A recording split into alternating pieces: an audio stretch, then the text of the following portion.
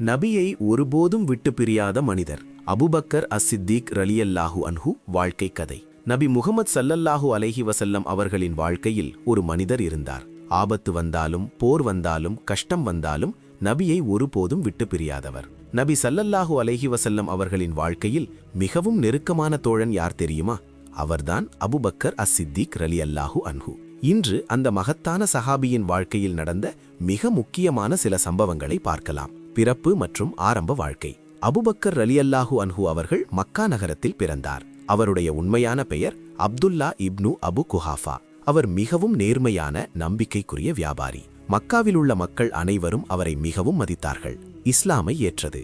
நபி முகமது ஸல்லல்லாஹு அலைஹி வஸல்லம் இஸ்லாமின் செய்தியை கூறியபோது அபுபக்கர் ரலியல்லாஹு அன்ஹு ஒரு நொடியும் யோசிக்காமல் உடனே இஸ்லாமை ஏற்றுக்கொண்டார். அவர் முதல் பெரியவர்களில் இஸ்லாமை ஏற்ற சஹாபி.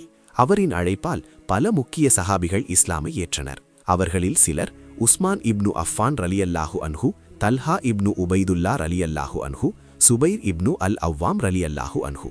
பிலால் ரலியல்லாஹு அன்ஹு விடுதலை. மக்காவில் முஸ்லிம்கள் கடுமையாக கொடுமைப்படுத்தப்பட்டார்கள். அப்போது பிலால் இப்னு ரபாஹ் ரலியல்லாஹு அன்ஹு மிகவும் கொடுமையாக அடிக்கப்பட்டார். அதை பார்த்த அபுபக்கர் ரலியல்லாஹு அன்ஹு தன் பணத்தை கொடுத்து அவரை வாங்கி அல்லாஹுவுக்காக விடுதலை செய்தார். இஸ்ரா மேராஜ்.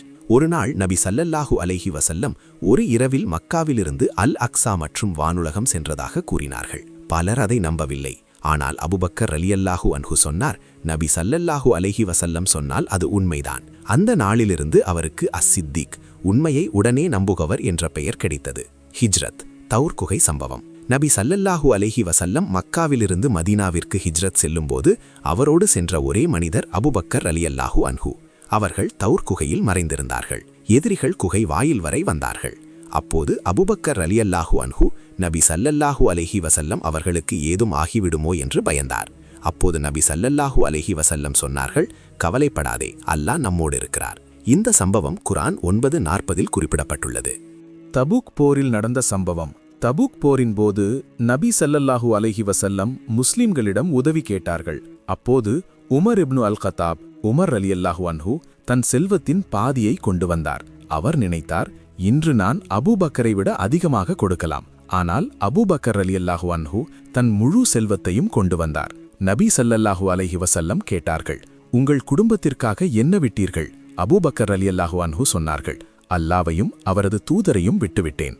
தொழுகை நடத்த நபி ஸல்லல்லாஹு அலைஹி வஸல்லம் தேர்ந்தெடுத்தவர். நபி ஸல்லல்லாஹு அலைஹி வஸல்லம் அவர்கள் உடல்நலக் குறைவால் மஸ்ஜிதிற்கு வர முடியாதபோது அவர்கள் சொன்னார்கள், அபூபக்கர் மக்களுக்கு தொழுகை நடத்தட்டும்.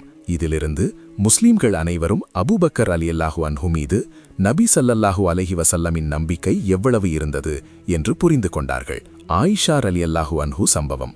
ஒரு நாள் ஆயிஷா பின்த் அபூபக்கர், ஆயிஷா ரலியல்லாஹு அன்ஹு நபி ஸல்லல்லாஹு அலைஹி வஸல்லமிடம் கேட்டார்கள், யா ரசூலல்லாஹ், உங்களுக்கு பிறகு இந்த உம்மத்தை வழிநடத்த யார் தகுதியானவர்? அப்போது நபி ஸல்லல்லாஹு அலைஹி வஸல்லம் உமர் ரலியல்லாஹு அன்ஹு பற்றி நல்லதாக கூறினார்கள்.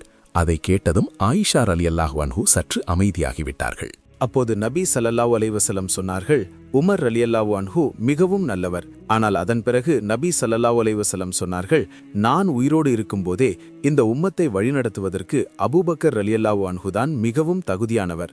நபி ஸல்லல்லாஹு அலைஹி வஸல்லம் மறைவுக்கு பிறகு நபி ஸல்லல்லாஹு அலைஹி வஸல்லம் அவர்கள் மறைந்தபோது முஸ்லிம்கள் அனைவரும் துக்கத்தில் இருந்தார்கள். அப்போது அபூபக்கர் ரலியல்லாஹு அன்ஹு நபி ஸல்லல்லாஹு அலைஹி வஸல்லம் அவர்களின் நெற்றியில் முத்தமிட்டு அழுதார்கள். பிறகு வெளியே வந்து சொன்னார்கள், யார் முகமதை வணங்கினார்களோ முகமது இறந்துவிட்டார். ஆனால் யார் அல்லாவை வணங்குகிறார்களோ அல்லாஹ் என்றென்றும் உயிருடன் இருக்கிறார். இந்த வார்த்தை முஸ்லிம்களுக்கு பெரிய ஆறுதலாக இருந்தது.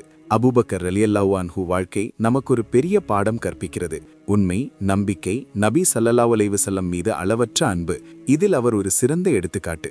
இந்த வீடியோ பிடித்திருந்தால் லைக் பண்ணுங்க, உங்கள் கருத்தை கமெண்ட் பண்ணுங்க. மேலும் இஸ்லாமிய வரலாறு தெரிந்து கொள்ள இந்த சேனலை சப்ஸ்கிரைப் பண்ணுங்க. அஸ்ஸலாமு அலைக்கும்.